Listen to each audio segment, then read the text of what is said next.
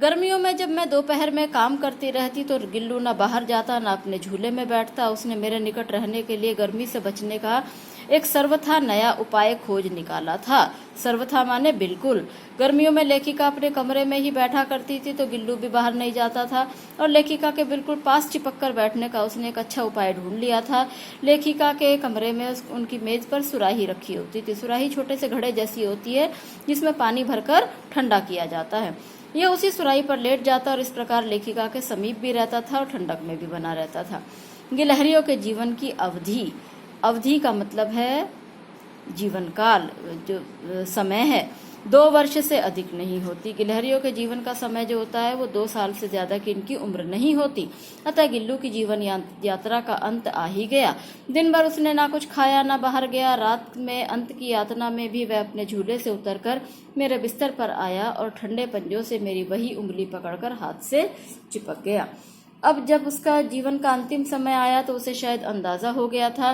दिन भर उसने कुछ खाया नहीं, ना कुछ खाया ना बाहर गया और रात में भी ठंड में वह लेखिका के बिस्तर पर आकर बैठ गया और ठंडे ठंडे पंजों से वही उंगली पकड़कर हाथ से चिपक गया जिसे उसने अपने बचपन की मरणासन्न स्थिति में पकड़ा था।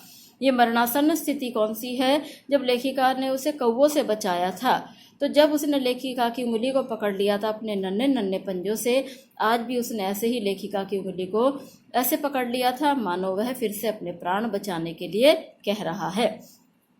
पंजे इतने ठंडे हो रहे थे कि मैंने हीटर जलाया, जागकर हीटर जलाया और उसे उष्णता देने का प्रयत्न किया। उष्णता माने गर्मी।